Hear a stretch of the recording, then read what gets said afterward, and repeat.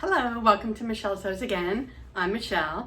Today I have a fun video for you. I am participating in the So Frugal 23 vlog tour. If you want to hear what my recommendation is for a free pattern and see what I might be making with it, then please stay tuned.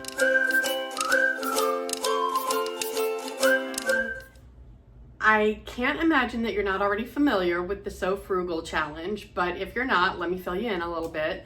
So this is a challenge that's run by Ruanne from the Yorkshire Sew Girl and Sam from Frugalissima. This is their third year doing it, and the idea behind it is they're encouraging people to use a free pattern and fabric from their stash.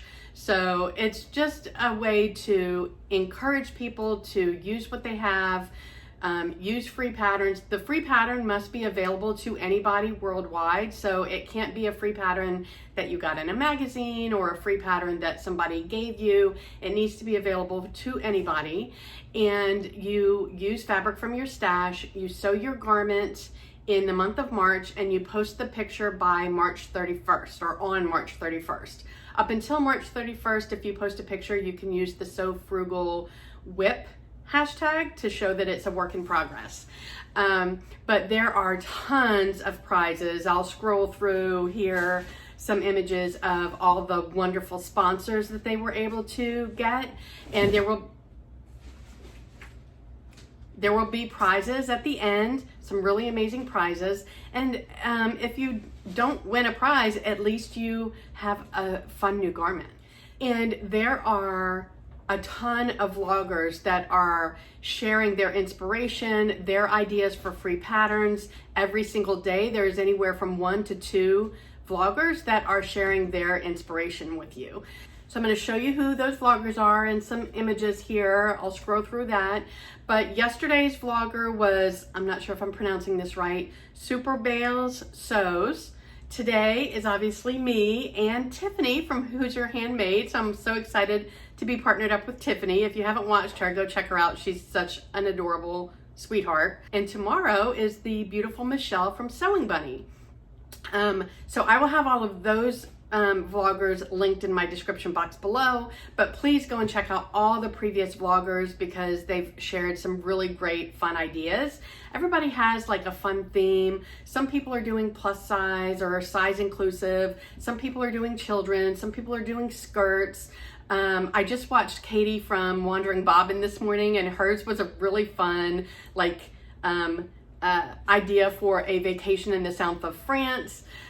So yeah, go and check them all out. My idea is that I'm just going to share one pattern with you and then talk about some different ways that you can either make an adjustment to it or hack it or make it into multiple different looks. The pattern that I have chosen is the Peppermint Magazine Paddington top. This was in collaboration with French Navy, and this was a free pattern. So if you're not familiar with Peppermint Magazine, historically they have offered free patterns, beautifully drafted patterns by the way, and very size inclusive patterns on their website. They are free, but they do encourage you to pay what you can, so they give you options to pay different amounts. I will tell you that their most recent release, it doesn't look like they're going to offer free anymore. So I'm sure that it's expensive. These patterns are truly drafted beautifully. They're not hacked together patterns. So they've gotten to a point where they can no longer offer them free. So the newest one is still a pay what you can. So they give you different options for how much you want to pay, but there is not a free option. But any pattern, it looks like to me from what I've seen, any pattern that has been offered for free in the past is still available for free. I did double check the Paddington top and it is still available for free. So, but I would encourage you if you're able to donate to them, to help them continue to bring us all these amazing patterns. So like I said, I am going to share with you my ideas on what to do with the Paddington top. The very first one is obviously to make it as it's designed, which I did back in January of 2022. I did a collaboration with Jen from Today in Jen's Sewing Room. We both made a top and a bottom that was intended to look like a faux jumpsuit. Neither one of us quite frankly, we're happy with the outcome of our outfits, but I was happy with my top. I color blocked it with all these fun bright colors. I used these fun floral buttons on the back, and it came out really big, so I have taken it in. I'll put a picture, I'll try it on and put a picture up here for you somewhere. So I did make it to where it fits me a little bit better, but I do need to size down the next time I make it, which quite frankly, I've already done that and I did size down. So that's the first one. So this is technically as is. It's got the buttons down the back. It's got the raglan sleeves, the poofy sleeves, but I color blocked it. So that's one fun way to do it as it's designed, but then not make it solid or all over one print.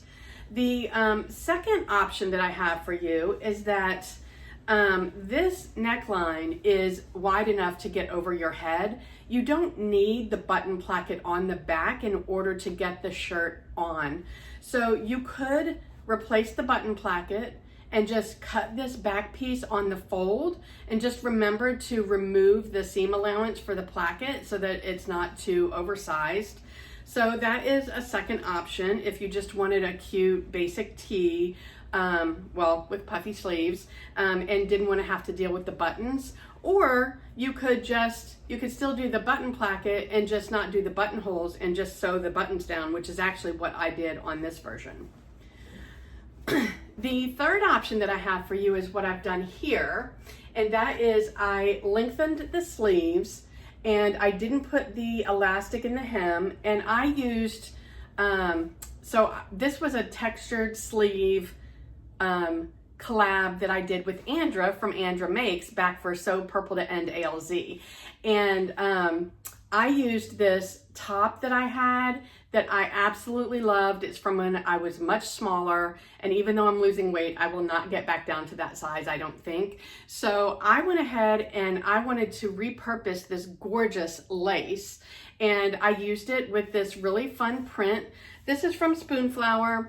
I'll give you a review on Spoonflower later. I probably won't be buying a whole lot of fabric from them anymore. This one is perfectly fine quality, but it is like a quilting cotton. It's more structured than I would like, but I absolutely love the print, and I think that it goes really well with my lavender lilac lace. So like I said, I used, this was the bottom of the shirt, and it had like a little bit of a scallop going on, and I didn't want to lose that feature. So I just lengthened the sleeves, widened them a little bit, and added them to my top. And now I have, I think, a completely different look for the Paddington top. And I did not put the buttons, I cut it on the fold, and yeah, I called it a day. I did size down for this one. It's still a little bit wide, so I actually took a bust fitting course at the Sewing Expo this past weekend. So I will be playing around with some of the lessons that I learned on my very next make, whichever top that might be. All right, so that was option number 3. It's actually a hack that's on the Peppermint website, and it is a hack to extend the designed sleeve. Don't use the elastic, and include a cuff. And I'll insert a picture of what they're talking about here. And I thought that looked really cute and made it, again, yet another top. So you can print out this one pattern and just make some tweaks to the sleeves, and you're gonna have a lot of different tops. The next one, number 5, is actually 2-in-1. And that would be to extend the top into a dress. By the way, I have extended the length on my top quite a bit because the design of the top cuts off about here, and I don't wear my tops that short. So just if you were wondering, I did extend mine. But there are 2 different ways to make this into a dress, and they're both cute. The first way would be to make the top as it's designed, where it cuts off at the natural waist, and then just cut a rectangle. I would say anywhere from 1 1/4 to 1 1/2 inches wider than the base of the hem, and then put your gathering stitches in and make it as long as you want. Put your gathering stitches in and just gather it to the hemline, and voila, you've got a cute little tiered dress. The second way would be just to extend the length of the top and make it into a shift dress, which I think is also really cute, easy to wear, a perfect summer dress, and that would be adorable. The sixth version that I wanted to share with you is, I think it would be cute on the one where you extend the sleeve and add the cuff. Instead of doing a cuff, add a ruffle. That could be really cute. I know a lot of people still like a ruffle sleeve. I think it's still popular. I haven't been doing the statement sleeves as much anymore, but I know that they're still popular and they're adorable. So I think that would be a really cute option. And then the last option that I have for you is what I think I'm gonna do with my next one, which is gonna be my entry. And I think I'm gonna either add piping or some kind of a trim, maybe a little ruffle trim. Look at this, getting in trouble. You gotta stop this. He's a stinker. Anyway, so I think I'm gonna do the version where I add some kind of a trim into the raglan seam of the sleeve. And I want mine to be a really fun spring top. I've already cut it out. I don't know what trim I'm using yet, but I have these 3 different lilac ginghams that I wanted to use. So I've got the big print, the medium, and the little one. And I think I'm gonna use the little one somehow as the trim. So I've got the big one as the bodice, I've got the medium one as the sleeves, and I am gonna do the elastic sleeve. I do like that version a lot.